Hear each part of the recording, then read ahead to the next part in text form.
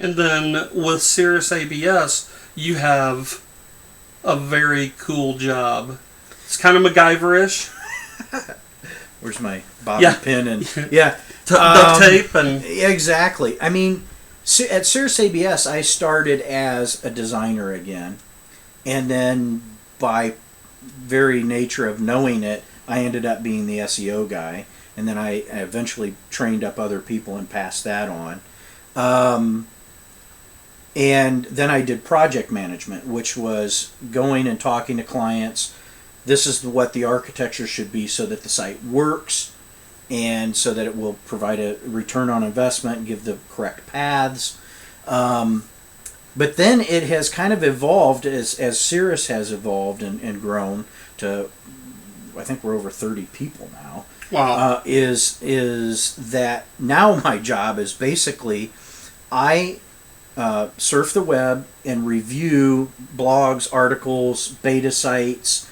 I test software and solutions to see what's trending, what's hot, what is going to be beneficial for our clients to be involved in, and how we need to change our own CMS, content management system, to benefit them. So essentially I surf the web all day and I talk online about doing so. And to me, I was telling Kevin a little bit ago, I know the owner of the company, Matt, and to me that says a lot about Matt, that he would have somebody. He's such a forward thinker that most people don't look at a position like yours and say, this is something we're going to do. Most of them look at it, it's got to be a revenue generating position. Not that yours isn't, right? But it's an indirect revenue, but he is such a forward thinker and knows that that kind of stuff drags traffic to you guys. That's very, very interesting to me. Well, and it's very cool for me because it plays right into my AD squirrel, and so it fits really well because I do have the background in the web technology part of it. Although I was never really a code, guy. I mean, I'm not a coder, but I understand the technologies behind it. But then I also have the sales and marketing background, and so we're sitting there sniffing out and saying, how can clients use QR codes? Okay, so we were talking earlier about it. Both of us kind of get a little giddy when we start talking about QR codes. But the reality of it is, does that fit for every single one of our clients? No, it probably doesn't.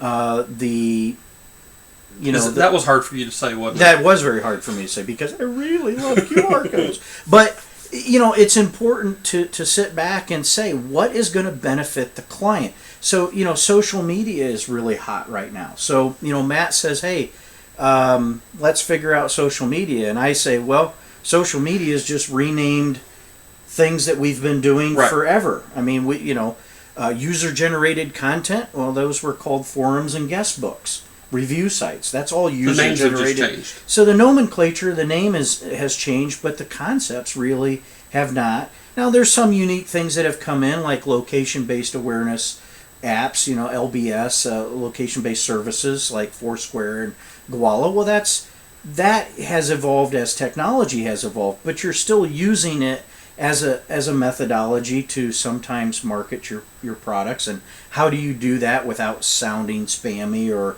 over promotional and so forth? And that's what we're trying to figure out. And so Matt, I've always kind of done some of that for the company, but now Matt was in a position to say, we need to increase this because Google has increased how much they're changing. The algorithm could have just changed a minute ago. Oh, Facebook just changed something a minute ago. Oh, Twitter just added a follow button. Oh, Google just added +1 to their, to the thing. So we can either catch up with our competitors on that kind of stuff, or we can be out there either with them or maybe slightly in front of them to know how this is going to impact our clients. That's fantastic. I want you to tell everyone out here your thoughts on when people say social media is new. You've kind of alluded to it. I might say curse word. I know. These are adult words. When people say that, quite frankly, to me that means that they don't really understand the history of the web, and that's a very harsh statement to make and might ruffle some feathers, but it is a perception that people are perpetuating. They're saying it's new because it benefits them to hype up the fact that it's new. So, when you put new and improved on a bottle, frequently, oh, wow, it's new and improved. Okay. I don't like that because then it lulls people into believing that it is in fact new. Forums, we used forums back when we were in the early days of Right. of the web. Blogs are nothing more than web logs, and you would be surprised at how many social media people have no idea where that root comes from. They're not aware of it. So to them it is new, but I always say, increased adoption and awareness is not the same as being new. Just because you weren't aware of QR codes that were developed back in 1996 and now you are, does not mean it's new. And so we're trying to temper people's excitement for it and say, let's use all of the various marketing channels and tools that we can use, and let's use them in the percentage that makes sense for your business. Let's not just buy into a whole bunch of hype and just go around doing things. Let's figure out a plan and a strategy and then implement that strategy. That to us that to me is the important thing. So yeah, I really dislike it when people call it new because there are it's new not. tools. There's new tools. Twitter is clearly new. Yeah. Facebook. When it kind of made me chuckle when Google Wave came out, which was that thing just dive bombed into obscurity right away. But Google Wave, everybody was really excited because you could see actually as people were typing out the message. Wait a minute. ICQ, back in 1999, had a chat program using PPC that allowed you to see as people were typing the message out. That's not new. It's just been reborn or revisited. So, again, if somebody's sitting across the table from you saying social media is new and you need to be looking at it, I immediately become cautious as to whether they understand the history. It doesn't mean that they can't provide a viable solution, but we generally want to go with people that have some experience and have been down these roads before to help, because it's not new means that we have history of what works and what doesn't work. When you buy into the theory that it's new, then you're buying into the theory that everything moving forward we don't understand. And that's not to say that it's not ever changing, and because it is. I mean, Facebook, like we just said, they change things all the time. Which brings up the other point, which is the reason we're cautious with clients about social media channels is that they don't own those channels. Right. You do not pay to utilize Facebook. So you don't want to put all of your marketing eggs in a basket that you don't even own. You were talking a couple weeks ago about a guy who had 47,000 Facebook fans or likes or people that were following. Depends on what they want to call it this week. And Facebook just closed his account with no recourse. No, who do you call? Do you have a phone number for Facebook?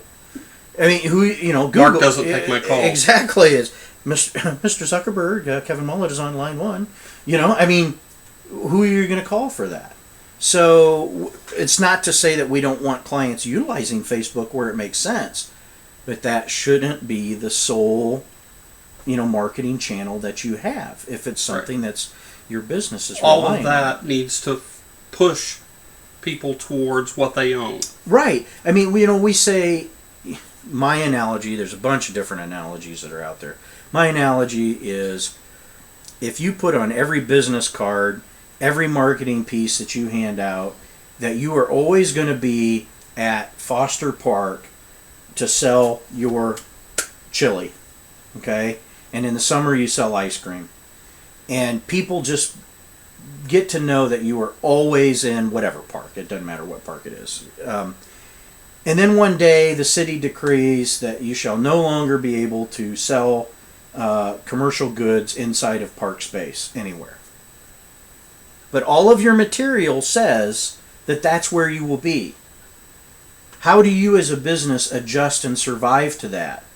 Well, you may be able to, but it is going to be hugely expensive painful to build that clientele up again, and to make the message. You're going to have to buy radio and TV and etc. to say, hey, because of the new city ordinance, we're no longer here. You have to go here. Think of the cost that would be involved in that.